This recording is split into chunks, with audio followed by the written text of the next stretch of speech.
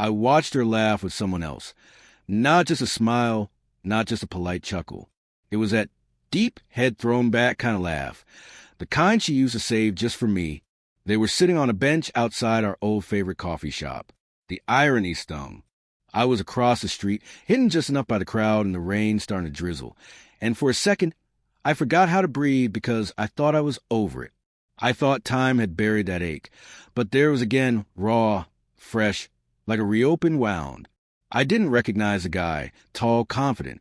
He said something, and she laughed again, tucked her hair behind her ear the way she always did when she was nervous. I knew that move.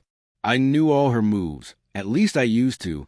And that's what hit me the hardest, that someone else was learning the rhythm of her laugh. The way her voice lifts when she's excited, how she takes her coffee with one sugar and just a little guilt. I looked away, tried to walk, but my feet felt like concrete. Memories slammed into me like waves. I remembered our first date, how she made fun of my playlist, how we stayed out until 2 a.m. just talking on a bench nearby. I remembered how she used a hum when she did the dishes, how she danced in the kitchen with bare feet and morning breath like it was a ballroom. I remembered how she cried the night her dog died and how she clung to me like I was the only thing holding her together. We weren't perfect, God, no. We fought over stupid things, about how I never folded the laundry, about how she left the lights on in every room. But when it was good, it felt like home, until it didn't. It started unraveling slowly, like a thread pulling loose in a sweater, barely noticeable at first, until suddenly everything fell apart. She said she felt unheard, said I was distant, and maybe I got too comfortable, thought she'd always be there. Then one night she just said it. I don't think we're growing in the same direction. That sentence cut deeper than I ever admitted. We promised to stay friends, but silence grew where love used to live, and slowly we became strangers again. So standing there in the rain, watching her light up beside someone new, I convinced myself that it was okay. She looked happy. And isn't that what you're supposed to want for someone you once loved? I turned to leave, and that's when it happened. She looked up, right through the crowd, right through the noise, and our eyes met. Her smile faltered just for a second, like she'd seen a ghost. Me, the guy who once made her laugh like that. The guy who held her through panic attacks. The guy who almost proposed but couldn't find the right moment. And in that 1 second, the city disappeared. It was just us, two people in the aftermath of love, standing in the middle of a storm we didn't expect. I should have kept walking. I should have let the past stay buried. But my feet turned before I could stop them. She stood up, said something quickly to the guy. He looked confused.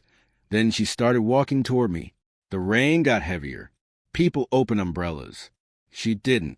She walked straight through it, hair soaked, makeup smudged, but she didn't care.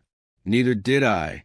We stopped in the middle of the sidewalk, and for a moment, it felt like the world held its breath. "Hi," she said, simple, soft, like she wasn't shattering every wall I'd built.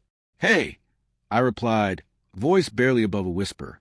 She looked down, then back at me. "I didn't know you were in the city." I wasn't just visiting a friend. I lied. She nodded. Awkward silence filled the space between us. Then she asked, "How have you been?" And my brain screamed 1,000 answers, but my mouth just said, "Okay." You hesitated. "Better now." And that sentence hung there, soaked in rain, regret, and something like hope.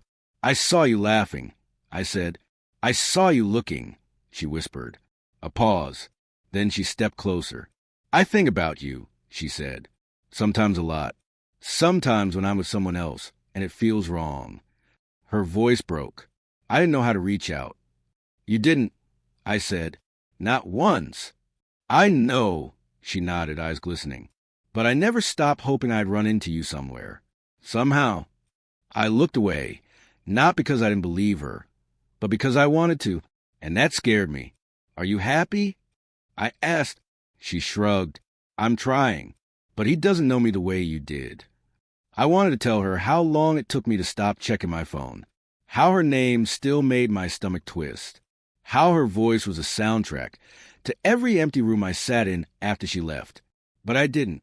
Instead, I asked, "Why now?" She smiled sadly. Because I saw you, and suddenly I couldn't remember why I ever let you go.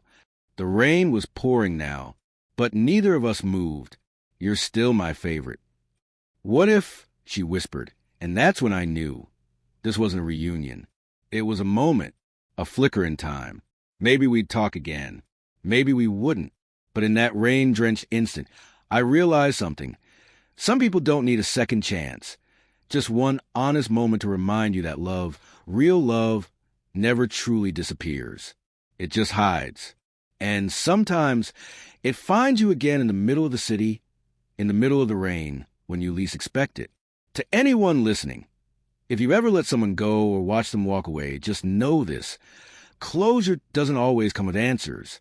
Sometimes it comes with a look, a pause, and the echo of laughter that once belonged to you.